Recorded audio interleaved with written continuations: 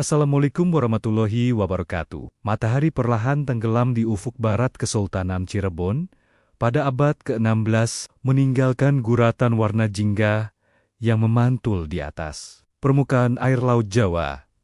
Di dalam salah satu bilik kayu harum cendana, di area keraton, seorang perempuan muda sedang khusyuk bersujud. Air matanya menetes pelan, membasahi kain sajadah sutra yang dibawanya. Sebelum kita melanjutkan kisah penuh hikmah ini, mari kita sejenak saling mendoakan. Bagi Anda yang berkenan menekan tombol subscribe, like, dan share, semoga Allah berikan kemudahan dalam hidupnya dan dimudahkan rezekinya.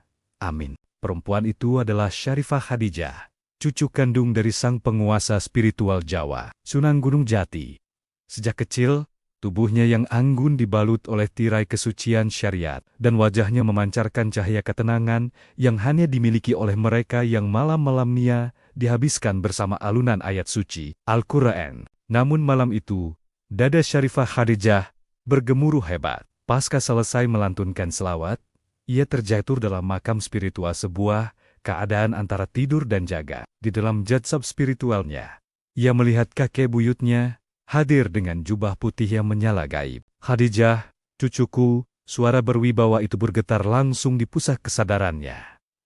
"Darah suci mengalir di tubuhmu. Tanah Jawa bagian timur, di tempat yang bernama Bangil, sedang menunggumu. Di sanalah kau akan menanam benih-benih keturunan yang luhur. Pergilah ke timur, ikuti arah jatuhnya pendar bintang sore ini." Syarifah Khadijah tersentak dari sujudnya, napasnya memburu. Perintah gaib itu begitu nyata. Menuju ke timur Jawa pada masa itu berarti harus siap menembus hutan belantara yang penuh dengan gejolak politik, begal, dan sisa-sisa penganut ilmu hitam yang membenci para wali.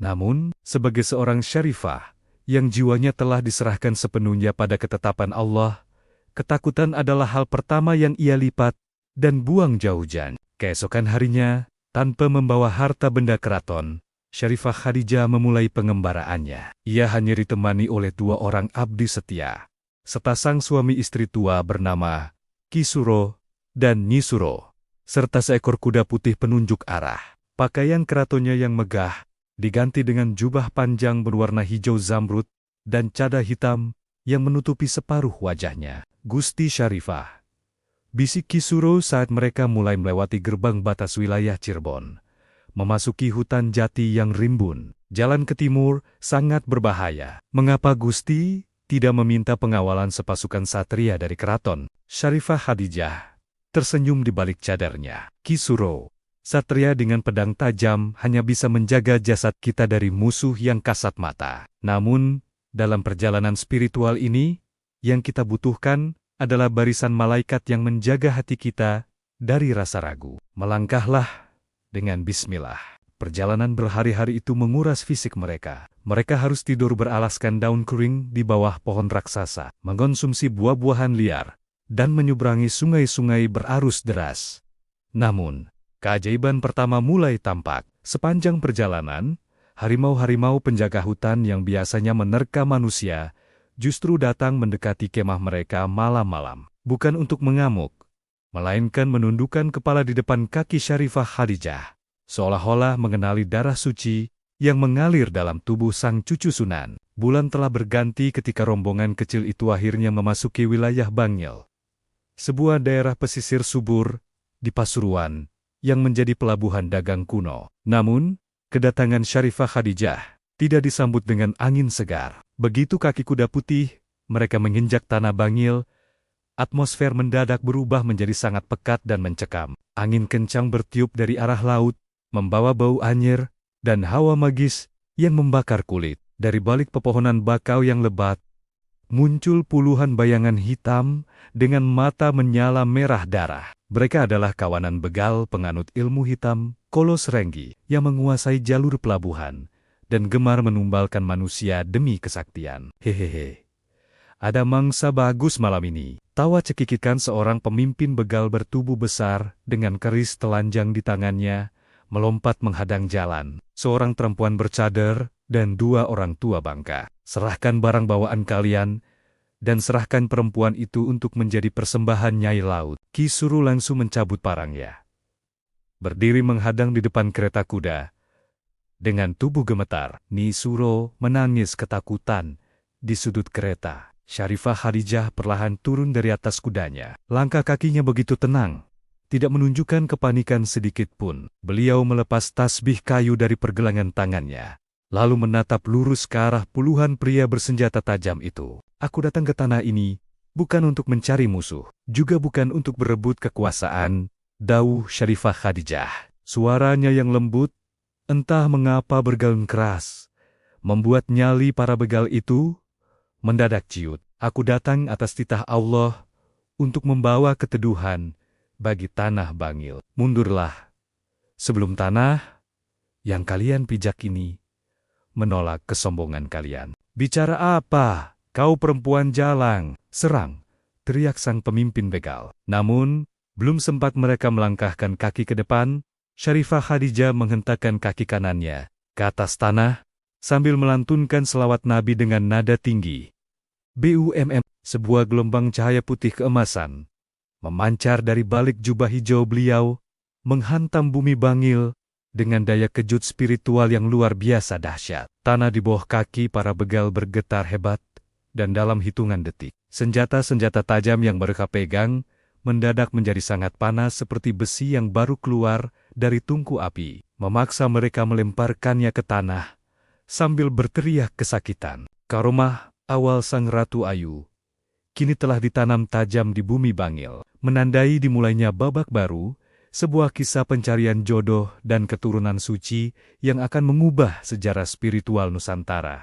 Para begal penganut ilmu hitam Kolos Renggi menjerit kesakitan sembari memegangi telapak tangan mereka yang melepuh. Senjata-senjata tajam yang tadinya berkilau haus darah, kini teronggok di atas tanah, menghitam laksana besi tua yang terbakar. Sang pemimpin begal, dengan napas memburu dan sisa kesombongan yang runtuh, menatap Syarifah Khadijah dengan rasa ngeri yang teramat sangat. Siapa sebenarnya kau ini? Ilmu apa yang kau gunakan hingga sanggup membakar jimat kesaktian kami? Rintih sang pemimpin begal, sembari melangkah mundur, diikuti oleh anak buahnya yang ketakutan. Syarifah Khadijah tetap berdiri dengan tenang.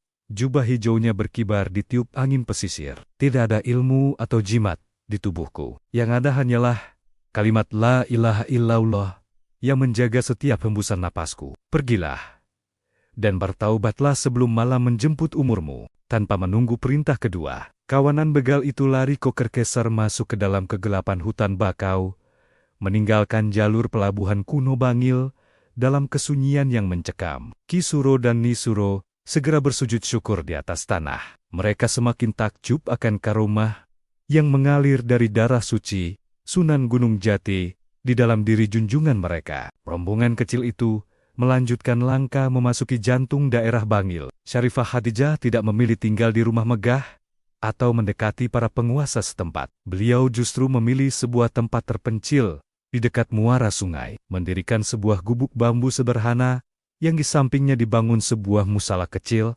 beralaskan rumbia. Disinilah perempuan suci dari Cirebon ini memulai kehidupan barunya. Setiap hari, beliau mengajar anak-anak nelayan membaca Al-Quran dan melantunkan selawat. Kelembutan tutur katanya dan kesalehan budi pekertinya dengan cepat memikat hati masyarakat Bangil. Mereka mulai memanggilnya dengan sebutan penuh hormat, Mbah Ratu Ayu. Sebutan yang merujuk pada garis keturunannya yang bangsawan sekaligus kecantikan batinnya yang luar biasa. Namun, kedamaian itu terusik ketika deses-deses mengenai kesucian dan karomah Mbah Ratu Ayu terdengar hingga ke telinga Adipati Jayanegara, penguasa kadipaten pesisir yang terkenal sombong dan belum memiliki keturunan, meskipun telah bertahan-tahan menikah. Adipati Jayanegara memiliki tabiat yang keras. Ia menganggap kehadiran ulama perempuan dari Cirebon itu sebagai ancaman bagi pengaruhnya di Bangil. Aku mendengar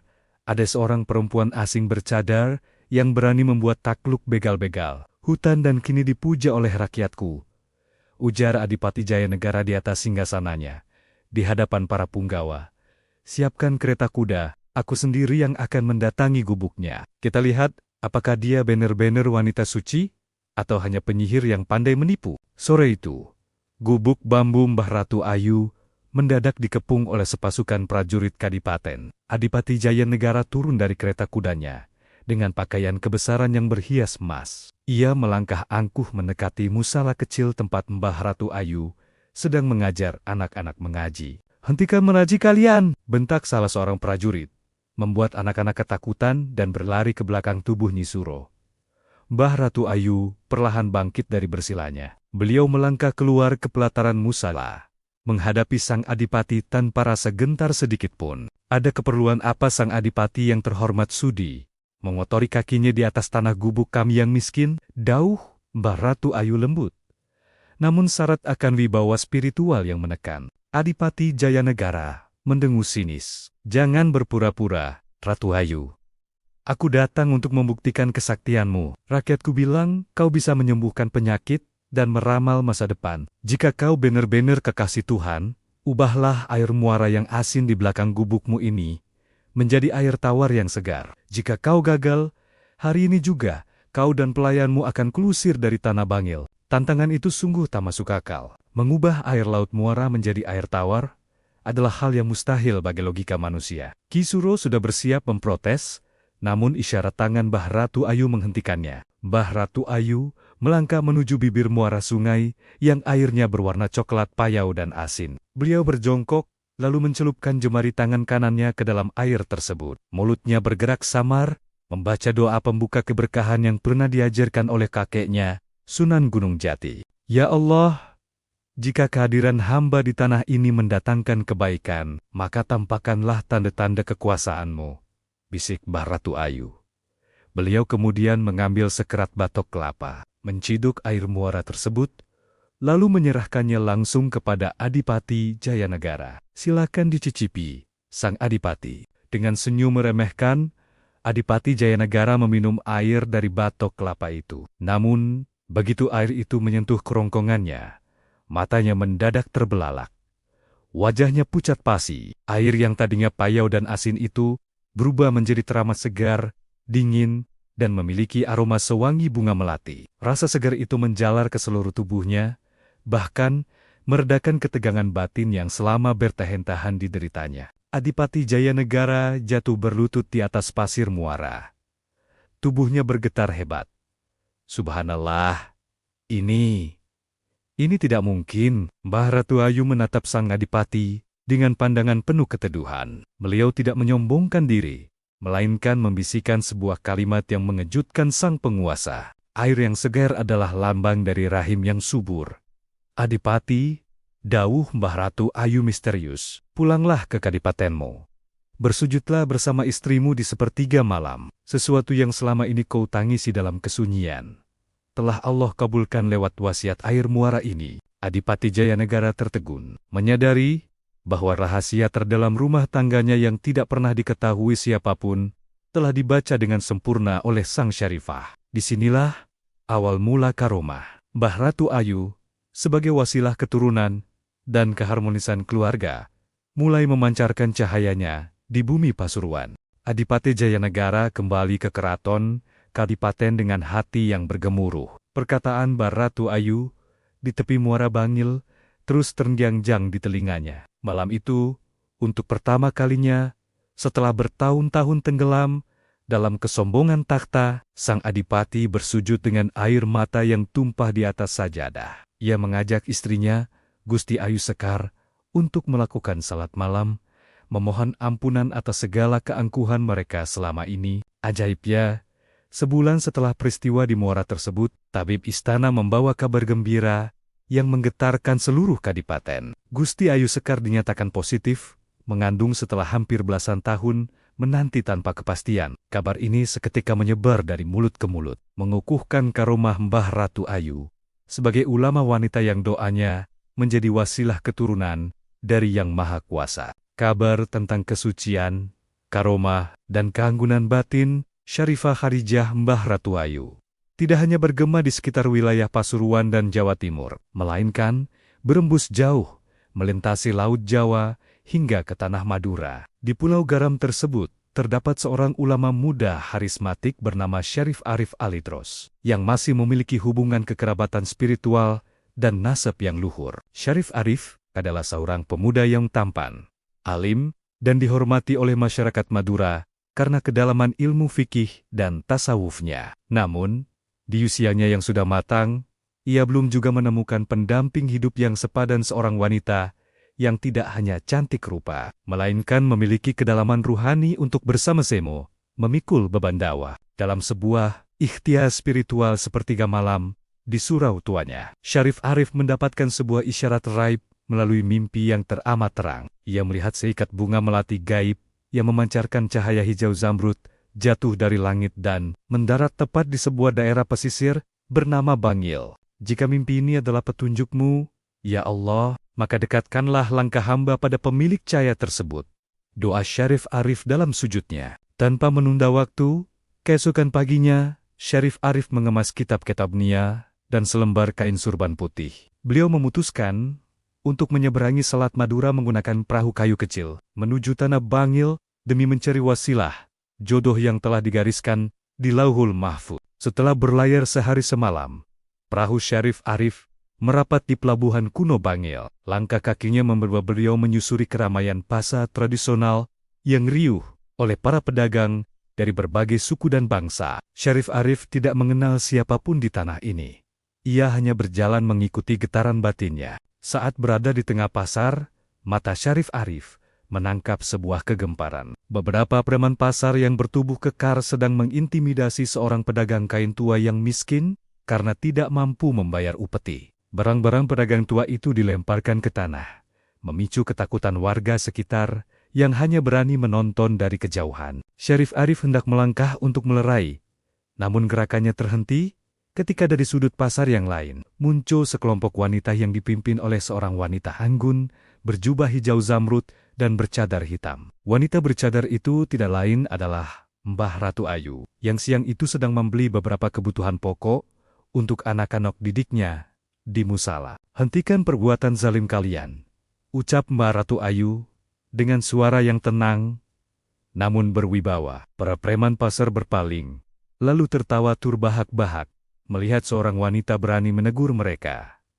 "Hoi, perempuan bercadar, jangan ikut campur urusan kami, kalau tidak mau cadarmu itu kami robek," teriak salah satu preman sembari maju hendak mencengkeram bahu Mbah Ratu Ayu. Syarif Arif yang melihat bahaya tersebut segera bersiap melompat ke depan untuk melindungi wanita itu. Namun, keajaiban spiritual yang tak biasa kembali terjadi. Sebelum tangan kotor preman itu sempat menyentuh jubah hijau Mbah Ratu Ayu, sang preman mendadak mematung laksana batu. Kakinya kaku, dan tangannya terhenti di udara.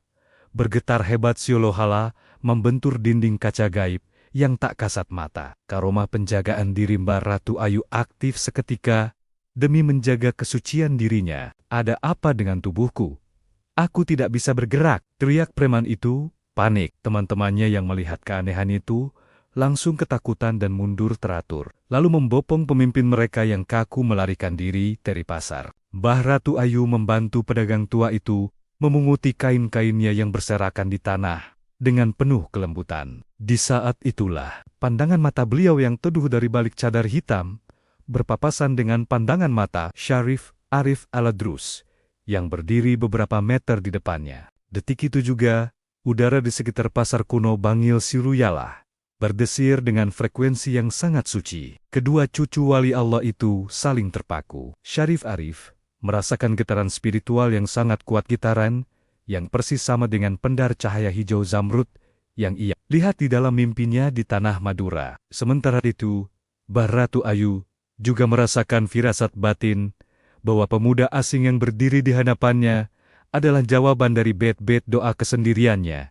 yang selama ini tersimpan rapat di dalam mihrab musala. Pertemuan tak sengaja di pasar Bangil ini menjadi gerbang takdir yang membukakan jalan bagi penyatuan dua energi spiritual besar yang kelak akan melahirkan keturunan-keturunan suci pembawa berkah bagi bumi Nusantara.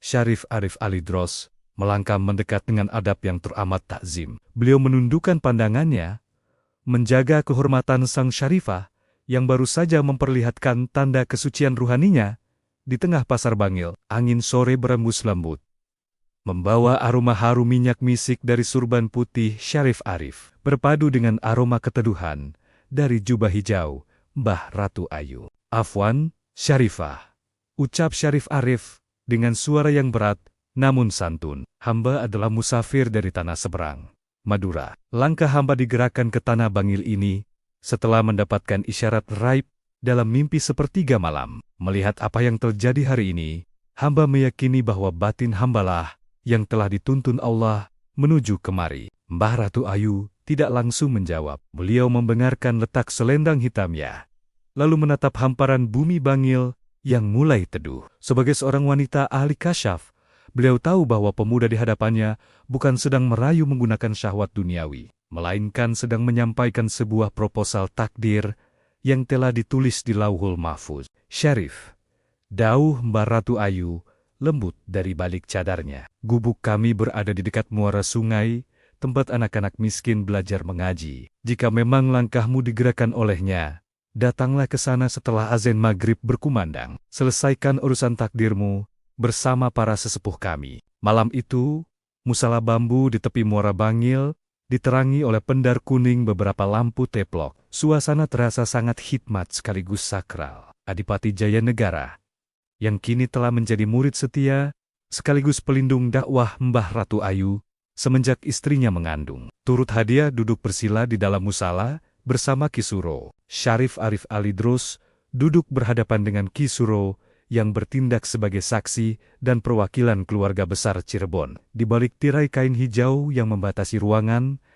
Mbah Ratu Ayu mendengarkan dengan khusyuk. "Syarif Arif," ucap Ki Suro dengan suara bergetar haru. "Pernikahan ini bukanlah pernikahan biasa antara lelaki dan wanita. Ini adalah penyatuan dua urat nadi dakwah, dua garis keturunan suci dari baginda Nabi Muhammad SAW.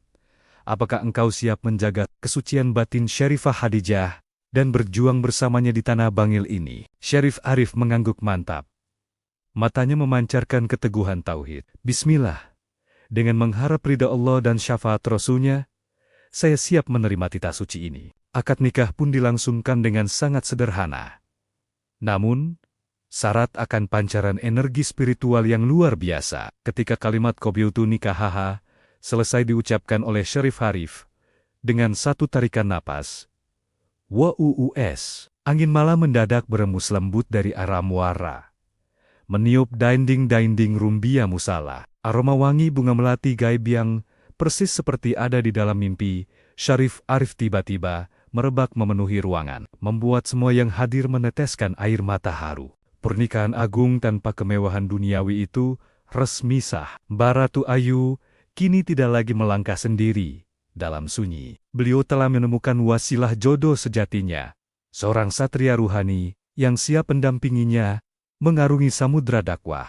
Bulan-bulan pertama pernikahan mereka dilewati dalam keharmonisan yang luar biasa. Syarif Arif mengajar ilmu fikih dan nahwu kepada para pemuda, sementara Mbah Ratu Ayu tetap mengasuh anak-anak dan kaum wanita. Keberadaan pasangan suci ini membuat Bangil bertransformasi menjadi pusat spiritual baru di Jawa Timur yang sangat disegani. Namun, setan tidak pernah membiarkan cahaya iman bersinar tanpa ujian. Kebahagiaan rumah tangga mereka terusik oleh kedatangan Ki Demang Surogati, seorang penguasa tanah pedalaman Bangil yang sejak lama dikenal sebagai penganut ilmu hitam garis keras yang iri dengan kemajuan Islam di pesisir. Ki Demang Surogati mengirimkan teluh gaib berupa ribuan jarum beracun tak kasat mata ke arah gubuk Mbah Ratu Ayu pada suatu tengah malam, berniat menghancurkan kandungan Mbah Ratu Ayu yang saat itu baru saja mulai terisi oleh benih suci keturunan. Saat teluh hitam itu mendekati atap gubuk dengan suara mendesing seperti lebah, Syarif Arif yang sedang bertahajud mendadak membuka matanya. Beliau merasakan hawa maut yang sangat pekat. Beliau menatap istrinya yang sedang tertidur lelap dengan wajah yang memancarkan cahaya kesucian. "Aku tidak akan membiarkan tangan kotor menghancurkan keturunan suci ini," bisik Syarif Arif. Beliau bangkit, berdiri di depan pintu gubuk, lalu membentangkan kedua tangannya ke arah langit gelap. Beliau mulai melantunkan ayat kursi dengan nada yang bergetar hebat, bersiap menghadapi serangan gaib demi melindungi sang istri dan calon buah hati mereka. Suara mendesing di udara malam itu kian menajam. Ribuan jarum raib tak kasat mata, yang diselimuti hawa hitam, berbau belerang, kiriman Ki Demang Surogati, meluncur deras dari arah hutan pedalaman menuju gubuk bambu Mbah Ratu Ayu. Namun, di ambang pintu, Syarif Arif Aladrus telah berdiri kokoh laksana benteng batu yang tak tergoyahkan. Setiap kali ayat kursi terlontar dari bibir Syarif Arif, pendar cahaya putih keluar dari dadanya, membentuk perisai transparan di atas atap gubuk. Benturan dua energi spiritual itu memicu percikan api gaib di udara.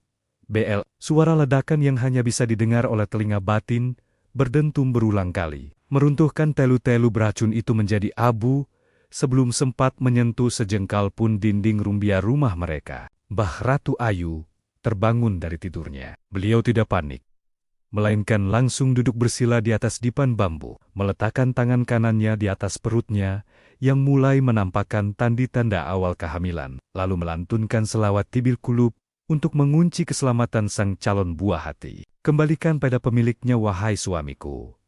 Dawu Mbah Ratu Ayu lembut, namun syarat energi ketegasan. Bumi Bangil tidak boleh dikotori oleh darah orang-orang yang ingkar. Syarif Arif mengangguk takzim. Dengan satu hentakan napas terakhir, beliau membalikan telapak tangannya ke arah luar. Sisa energi hitam yang tertahan di perisai gaib itu seketika berputar balik, melesat dengan kecepatan berkali-kali lipat menuju arah asalnya di pedalaman hutan, menghantam balik sang dukun kiriman Ki Demang hingga muntah darah hitam dan kehilangan seluruh kesaktiannya. Selamanya, prahara malam itu berganti dengan fajar yang amat cerah. 9 bulan kemudian, tangis bayi laki-laki yang teramat merdu memecah kesunyian Muara Bangil. Mbah Ratu Ayu melahirkan seorang putra yang tampan, yang wajahnya memancarkan aroma wangi minyak misik sejak hari pertama dilahirkan. Bayi itu diberi nama Syarif Ali Alidros. Kelahiran putra pertama ini disambut gembira oleh seluruh masyarakat Bangil, tak terkecuali Adipati Jayanegara yang datang membawa persembahan berupa padi dan hewan ternak untuk disedekahkan kepada fakir miskin. Sebagai wujud syukur, tahun-tahun berjalan dengan cepat di pesisir Pasuruan. Syarif Ali tumbuh di bawah bimbingan ketat kedua orang tuanya. Sejak usia 7 tahun, ia telah menghafal Al-Quran dan menguasai berbagai cabang ilmu alat. Karoma keturunan yang melekat pada dirinya mulai tampak. Setiap kali Syarif Ali kecil membaca doa di depan tanaman sawah milik warga yang terserang hama, keesokan harinya, tikus dan alat-alat peliharaan hama lenyap tak berbekas, digantikan oleh panen yang melimpah raya. Mbah Ratu Ayu senantiasa menatap putranya dengan pandangan penuh syukur. Beliau teringat akan titah gaib kakeknya, Sunan Gunung Jati, bahwa di tanah Marato Bangil inilah silsilah darah suci mereka akan berakar kuat, dan barunak pinak melahirkan para ulama besar Nusantara. Ketika Syarif Ali beranjak remaja, sebuah ujian besar melanda wilayah Pasuruan dan sekitarnya. Musim kemarau panjang yang teramat ekstrim melanda tanah Jawa Timur sudah hampir 2 tahun penuh. Setetes air hujan pun tidak turun dari langit. Sawah-sawah mengering hingga tanahnya terbelah menjadi retakan-retakan dalam. Sumur-sumur warga kehabisan air, dan muara sungai yang dahulu diubah oleh Mbah Ratu Ayu menjadi tawar, kini mulai kembali menyusut drastis. Penyakit busung lapar dan demam tinggi mulai menyerang anak-anak di pedesaan Bangil. Warga desa, dengan tubuh lemas dan wajah putus asa, berkumpul di pelataran gubuk Mbah Ratu Ayu dan Syarif Arif. Mereka menangis, memohon bantuan dan wasilah doa dari pasangan suci tersebut. Mbah Ratu, Syarif, tolonglah kami, ratap salah seorang sesepuh desa sambil menggendong cucunya yang menggigil demam. Ternak kami mati, tanaman kami fana. Jika hujan tidak turun dalam minggu ini, kampung kami akan menjadi kuburan massal. Syarif Arif Alaidres memandang istrinya dengan tatapan yang dalam. Hadijah, ini adalah ujian bagi tanah tempat kita berpijak. Mari kita lakukan salat istisqa, meminta hujan bersama seluruh rakyat. Mbah Ratu Ayu mengangguk. Beliau berdiri di depan warga, mengenakan jubah hijau zamrudnya yang legendaris. Kumpulkan seluruh anak yatim, orang tua, dan wanita yang sedang menyusui. Besok pagi, kita berkumpul di tanah lapang pesisir. Kita ketuk pintu langit dengan air mata taubat. Keesokan paginya, ribuan masyarakat Bangil berkumpul di tanah lapang pinggir pantai yang gersang. Udara terasa sangat membakar. Matahari bersinar teramat terik, tanpa terhalang selembar awan pun. Syarif Arif Ali Drus bertindak sebagai imam salat istisqa. Sementara Syarif Ali, putranya, berdiri di saf pertama, tepat di belakang sang ayah. Mbah Ratu Ayu berada di barisan saf wanita paling belakang, memimpin doa khusyuk kaum ibu dan anak-anak yatim. Selesai salat 2 rakaat, Syarif Arif naik ke atas mimbar kayu darurat, menyampaikan khutbah yang menggetarkan jiwa mengenai pentingnya membersihkan hati dari kezaliman dan kesombongan duniawi. Tangis histeris warga pecah meratapi dosa-dosa mereka. Namun, hingga khutbah selesai, langit di atas Bangil tetap biru bersih, tanpa tanda-tanda mendung sedikit pun. Suasana mendadak menjadi tegang. Beberapa orang mulai berbisik ragu. Di saat kritis itulah, Mbah Ratu Ayu perlahan maju melangkah menembus saf wanita, berjalan menuju ke arah depan mimbar, tempat suaminya berdiri. Beliau membawa sebuah kendi tanah liat kosong, yang tidak berisi air setetes pun. Kehadiran Sang Ratu Ayu memancing keheningan mutlak dari ribuan pasang mata, yang sedang didera dahaga. Mbah Ratu Ayu Syarifah Khadijah berdiri tegak di hadapan ribuan jemaah yang mulai didera keputusasaan. Di bawah terik matahari Bangil yang membakar kulit, beliau meletakkan kendi tanah liat kosong itu di atas pasir yang gersang. Udara terasa begitu pengap, dan debu kering beterbangan ditiup angin laut yang membawa hawa panas. Beliau perlahan mengangkat kedua tangannya yang kurus ke arah langit. Di balik cadar hitamnya, untayan doa yang teramat syahdu mulai mengalir. Suaranya tidak keras, namun entah mengapa getarannya mampu menembus relung sanubari setiap manusia yang hadir di lapangan tersebut. Beliau tidak meminta hujan dengan nada memerintah, melainkan beratap laksana seorang hamba yang mengadukan penderitaan anak-anak, yatim, dan fakir miskin kepada Zat yang Maha Penyayang. Ya Rahman, Ya Rahim, bisik Mbah Ratu Ayu. Air matanya mulai membasahi bagian dalam cadarnya. Jika air mata taubat, hamba-hambamu ini belum cukup untuk meruntuhkan keangkuhan langit, maka pandanglah ketulusan anak-anak yatim yang kelaparan ini. Janganlah engkau hukum mereka, karena kelalaian kami. Syarif Arif Ali Drus dan putranya, Syarif Ali, turut menundukkan kepala, mengaminkan doa sang Umi dengan seluruh kekuatan ruhani mereka. Seketika itu juga, sebuah keajaiban yang tidak masuk akal terjadi tepat di depan mata kepala ribuan jemaah. Kendi tanah liat yang tadinya kosong melompong di atas pasir, mendadak bergetar hebat. Dari dalam lubangnya, memancar keluar mata air yang sangat jernih, dan meluap-luap, laksana air Zam-Zam. Air itu mengalir deras, membasahi pasir pantai yang gersang, menciptakan kubangan air segar yang memancarkan aroma wangi bunga mawar. Subhanallah, ada air keluar dari kendi Mbah Ratu, teriak warga histeris. Belum sempat rasa takjub itu reda, gumpalan awan hitam pekat mendadak muncul dari arah Laut Jawa secara kilat. Awan itu bergulung-gulung, menutupi sinar matahari yang terik dalam hitungan menit. Udara yang tadinya panas menyungat, langsung berubah menjadi sedingin es. Blar, suara petir menggelegar, dan detik berikutnya, hujan lebat yang teramat deras tumpah membasahi bumi Bangil. Hujan itu seolah-olah ditumpahkan langsung dari langit untuk membasuh dahaga bumi Pasuruan yang telah gersang selama 2 tahun. Warga berteriak, menangis heri, dan bersujud syukur di bawah guyuran air hujan yang hangat. Mereka meminum air yang meluap dari kendi gaib Mbah Ratu Ayu. Dan seketika itu pula, penyakit demam serta lemas yang melanda anak-anak, mereka sembuh seketika. Melalui karomah kendi air kehidupan ini, nama Mbah Ratu Ayu kian terpatri di hati masyarakat sebagai wasilah keberkahan, keselamatan, dan pelindung garis keturunan bagi siapa saja yang berada dalam kesusahan. Musim berganti, dan bumi Bangil kembali menjadi tanah yang subur makmur. Sawah-sawah menghijau, dan perdagangan di pelabuhan kuno kembali bergeliat pesat. Syarif Ali Aladrus kini telah tumbuh menjadi seorang ulama muda yang matang, siap meneruskan estafet dakwah kedua orang tuanya. Namun, di balik kedamaian itu, Mbah Ratu Ayu merasakan getaran batin yang berbeda. Suatu malam, saat fajar sidik hampir menyingsing, beliau duduk bersama suaminya, Syarif Arif, di dalam mihrab musala. Wahai suamiku, daun Mbah Ratu Ayu,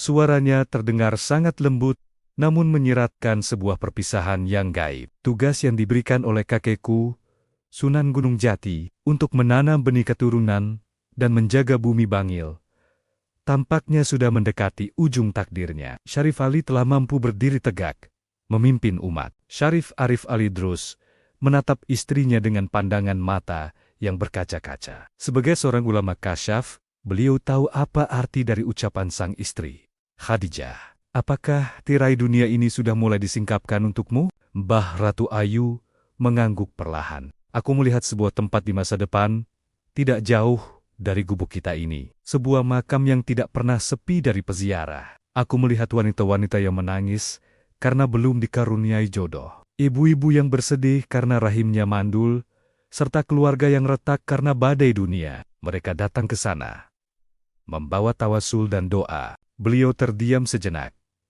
menatap telapak tangannya sendiri. Allah telah berjanji kepadaku malam ini, bahwa siapa saja yang datang ke tempat peristirahatanku kelak, dengan hati yang bersih, berselawat kepada baginda Nabi, dan meminta wasilah keharmonisan keluarga, maka Allah akan mengabulkan hajat mereka sebagaimana Allah mengabulkan doa air muara dan kendi gaib ini. Beberapa hari setelah percakapan malam itu, Mbah Ratu Ayu Syarifah Khadijah didera sakit ringan. Beliau tidak mengeluh sedikit pun.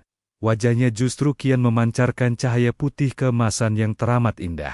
Seluruh ulama dari Pasuruan, termasuk perwakilan dari Keraton Cirebon dan Tanah Madura, datang berkumpul di Bangil, merasakan aura spiritual yang sangat besar, sedang bersiap untuk kembali ke haribaan ilahi. Di tengah suasana yang khidmat itu, Mbah Ratu Ayu memanggil putranya, Syarif Ali.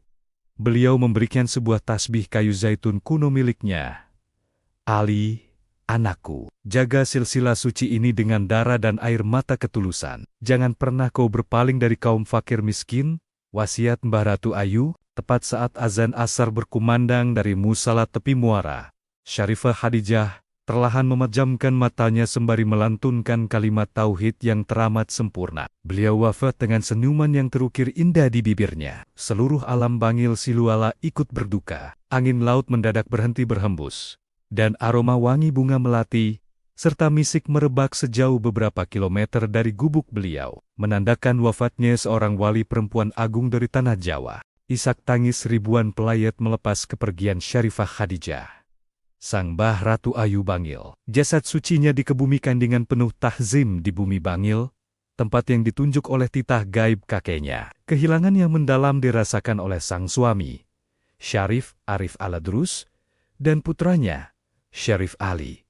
Namun, mereka tahu bahwa kematian bagi seorang wali Allah hanyalah sebuah perpindahan alam dari dunia yang fana menuju kedekatan yang abadi dengan Sang Pencipta. Setelah wafatnya Mbah Ratu Ayu, Syarif Arif dan Syarif Ali melanjutkan estafet dakwah dengan keteguhan yang sama. Karomah Sang Ratu Ayu tidak lantas menguap begitu saja. Justru, dari atas pusaranya yang sederhana, pancaran energi spiritual dan wasilah keberkahan kian terasa nyata bagi siapa saja yang datang berkunjung. Beberapa tahun setelah wafatnya Mbah Ratu Ayu, wilayah Bangil kedatangan sebuah rombongan besar dari pesisir Tuban. Rombongan itu dipimpin oleh seorang saudagar kaya bernama Gusti Bagus Tirto bersama istrinya, Nyai Ambarwati. Mereka datang bukan untuk berdagang, melainkan membawa beban batin yang teramat berat. Pernikahan Gusti Bagus dan Nyai Ambarwati yang telah berjalan selama 15 tahun, berada di ambang kehancuran. Selain karena belum dikaruniai seorang pun anak sebagai penerus keturunan, ego dan badai kesalahpahaman telah membakar keharmonisan rumah tangga mereka. Setiap hari diisi dengan pertengkaran, hingga pihak keluarga besar sudah bersiap untuk memisahkan mereka secara adat dan syariat. Syarif Ali, ratap Gusti Bagus Tirto, saat bertamu ke kediaman putra Mbah Ratu Ayu tersebut. Kami datang ke Bangil karena mendengar cerita tentang mendiang ibundamu. Rumah tangga kami sudah seperti neraka. Hati kami gersang, dan rahim istriku dianggap mandul oleh semua tabib. Tolonglah kami. Apakah ada wasilah atau amalan yang bisa menyelamatkan pernikahan kami? Syarif Ali Aledros menatap pasangan suami istri itu dengan pandangan penuh empati. Beliau mengambil tasbih kayu zaitun peninggalan ibundanya, lalu berdiri. Gusti Bagus, Nyai Ambarwati, ibundaku semasa hidupnya selalu berpesan bahwa keharmonisan rumah tangga tidak dibangun di atas tumpukan harta, melainkan di atas fondasi selawat dan saling memaafkan. Dauh Syarif Ali Lembut, mari ikut saya ke makam Ibunda Mbah Ratu Ayu. Mintalah kepada Allah di sana, bertawasulah dengan kesucian jiwa beliau. Sore itu, di bawah rindangnya pohon kemuning yang menaungi makam Mbah Ratu Ayu Bangil, Gusti Bagus dan Nyai Ambarwati bersujud dan duduk bersila. Syarif Ali memimpin pembacaan Yasin, tahlil, dan untayan selawat Nabi. Yang syahdu, saat selamat mula mengalun, atmosfer di sekitar makam mendadak berubah menjadi sangat sejuk. Angin sore yang berembus pelan membawa aroma wangi bunga melati yang teramat pekat aroma khas, yang dahulu selalu menyertai kehadiran fisik Mbah Ratu Ayu semasa hidupnya. Nyai Ambarwati mendadak menangis terseduh-seduh. Ia merasa seolah ada sebuah tangan gaib yang tak kasat mata menyentuh pundaknya dengan penuh kelembutan seorang ibu, meruntuhkan seluruh rasa benci, ego, dan kekerasan hati yang selama belasan tahun ini mendekam di dadanya. Di saat yang sama, Gusti Bagus Tirto merasakan penyesalan yang mendalam atas segala sikap kasarnya selama ini. Di puncak tawasul itu, sebuah fenomena karomah yang haib kembali diperlihatkan oleh Allah Subhanahu wa Ta'ala. Dari sela-sela batu nisan makam Mbah Ratu Ayu, mendadak tumbuh sekuntum bunga melati putih bersih yang mekar dengan sempurnanya dalam hitungan detik. Bunga itu memancarkan pendar cahaya hijau zamrud yang tipis. Ambillah bunga melati itu, bisik Syarif Ali kepada Nyai Ambarwati. Simpanlah di dalam kain kafan, atau selipkan di bawah bantal tempat kalian tidur. Itu adalah isyarat wasilah dari ibunda bahwa doa kalian telah didengar oleh langit, dengan hati yang telah diliputi kedamaian dan rasa saling mengasihi yang kembali tumbuh. Sepasang suami istri itu pulang ke Tuban. Mereka mengamalkan wasiat untuk merutinkan salat malam dan melantunkan selawat Nabi bersama Sima di dalam rumah mereka. 3 bulan setelah ziarah tawasul ke makam Mbah Ratu Ayu Bangil, keajaiban yang dinanti belasan tahun akhirnya menjelma nyata. Nyai Ambarwati dinyatakan positif mengandung oleh tabib kerajaan. Tidak hanya itu, seluruh pertengkaran dan keretakan di antara mereka sirna sepenuhnya, berganti dengan rumah tangga yang penuh dengan keteduhan, sakinah, mawaddah, warahmah. Kabar tentang berubahnya nasib rumah tangga Gusti Bagus Tirto segera menggemparkan jalur dakwah Jawa Timur. Makam Mbah Ratu Ayu Bangil pun mulai dikenal luas, tidak hanya sebagai makam seorang wali perempuan, melainkan sebagai tempat istajabah gaib, sebuah tempat wasilah agung bagi mereka yang sedang mengikhtiarkan jodoh sejati, mendambakan keturunan suci, serta merindukan keharmonisan keluarga yang sempat hilang diterjang badai dunia. Silsilah berkah dari tanah Cirebon kini telah mengakar kuat secara haib di bumi Pasuruan, bersiap menuntun jiwa-jiwa yang bimbang menuju babak puncaknya yang abadi dari generasi ke generasi. Abad demi abad telah berlalu sejak Sarifah Khadijah Alaidrus memejamkan matanya yang suci di tepi Muara Bangil. Kerajaan-kerajaan kuno telah runtuh berganti zaman. Jalur pelabuhan lama telah berubah menjadi daratan, namun pancaran cahaya gaib dari makam Sang Mbah Ratu Ayu tidak pernah redup sedetik pun. Komplek pemakaman beliau di Kresikan, Bangil, Pasuruan, kini telah menjelma menjadi oase spiritual yang selalu sesak oleh lautan manusia dari berbagai penjuru Nusantara. Silsilah keturunan yang dahulu beliau bawa dari Kesultanan Cirebon telah beranak pinak melahirkan barisan ulama, habaib, dan syarifah, pembawa berkah bagi tanah Jawa. Namun, garis karomah utama beliau sebagai wasilah jodoh, keturunan, dan keharmonisan keluarga tetap abadi, melintasi batas ruang dan waktu. Di zaman modern yang penuh dengan hiruk-pikuk materi, hiduplah sepasang suami istri muda bernama Rendra dan Alia. Mereka telah menikah selama 8 tahun, namun kebahagiaan mereka terasa hambar. Tekanan dari keluarga besar yang menuntut kehadiran seorang cicit, ditambah dengan vonis medis yang menyatakan adanya gangguan kesuburan pada rahim Alia, membuat hubungan mereka perlahan mendingin. Ego mulai berbicara, dan kata perpisahan kerap kali terlontar di antara tangis di sepertiga malam. Dalam keputusasaan yang mendalam, seorang kerabat sepuh menyarankan mereka untuk melakukan ziarah batin ke Pasuruan. Pergilah ke Bangil. ucap sang kakek tua seraya menyerahkan sebuah kitab selawat kecil. Di sana, ada makam cucu Sunan Gunung Jati, Maharatu Ayu.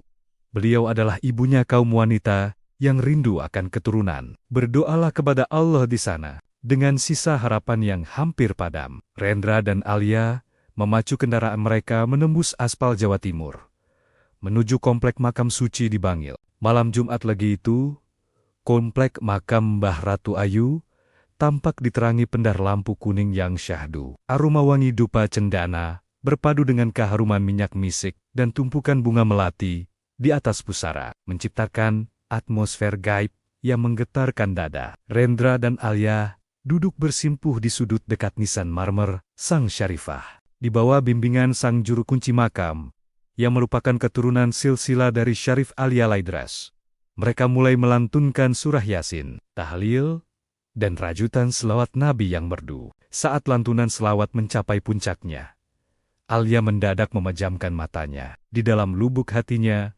ia merasakan sensasi hawa dingin yang sangat lembut mengalir dari arah pusara Mbah Ratu Ayu, meresap masuk ke dalam dadanya dan menjalar turun ke rahimnya yang selama ini terasa gersang. Rasa hangat yang menenteramkan seketika menggantikan rasa perih dan cemas yang bertahan-tahan ia pikul sendirian. Rendra yang duduk di sampingnya pun tak kuasa menahan air mata. Keangkuhan lelakinya luruh total di depan makam sang wali perempuan agung. Ia meraih jemari tangan istrinya, menggenggamnya dengan erat, dan dalam batinnya, ia mengucap janji untuk kembali mencintai dan menjaga Alia, apapun yang terjadi di masa depan. Sebelum melangkah pulang dari komplek makam, sang juru kunci memberikan sebotol air yang telah dibacakan doa tawasul di atas makam Mbah Ratu Ayu, serta beberapa kuntum melati kering yang runtuh dari nisan. Minumlah air ini dengan bismillah dan niat taubat. Karomah Ratu Ayu hanyalah jalan perantara wasilah. Sejatinya Allah yang maha menghidupkan rahim yang mati. Pesan sang juru kunci ramah. 2 bulan setelah ziarah tawasul di Bangil, sebuah mukjizat medis terjadi. Alia menatap 2 garis merah di alat tes kehamilannya dengan air mata yang tumpah tak terbendung. Dokter spesialis yang dahulu memvonisnya mandul pun hanya bisa tertegun. Keheranan melihat janin sehat yang tumbuh dengan sempurnanya di dalam rahim Alia. Kisah Rendra dan Alia hanyalah satu dari ribuan saksi hidup modern yang merasakan berkah gaib dari makam Mbah Ratu Ayu Bangil. Hingga hari ini, makam beliau tetap menjadi tujuan utama bagi mereka yang batinnya gersang, merindukan jodoh sejati, keluarga yang hampir karam, serta ibu-ibu yang mengikhtiarkan garis keturunan yang saleh. Syarifah Khadijah Alidras telah menyelesaikan tugas buminya berabad-abad lalu. Namun janji spiritual yang beliau ucapkan kepada suaminya di dalam mihrab musala tua tepi muara terbukti nyata. Beliau tidak pernah benar-benar pergi, jiwanya yang suci tetap hidup, menjadi ibu spiritual bagi tanah Jawa, mendekap setiap air mata wanita yang datang mengadu dan menyalurkan berkah silsilah suci dari Rasulullah SAW hingga akhir zaman nanti. Bumi Bangil akan selalu mengenangnya sebagai Sang Ratu Ayu, sang pembawa keteduhan, jodoh, dan keturunan bagi semesta. Sampai jumpa di kisah berikutnya. Dan tonton video lainnya hanya di Jejak-Jejak Islam. Terima kasih.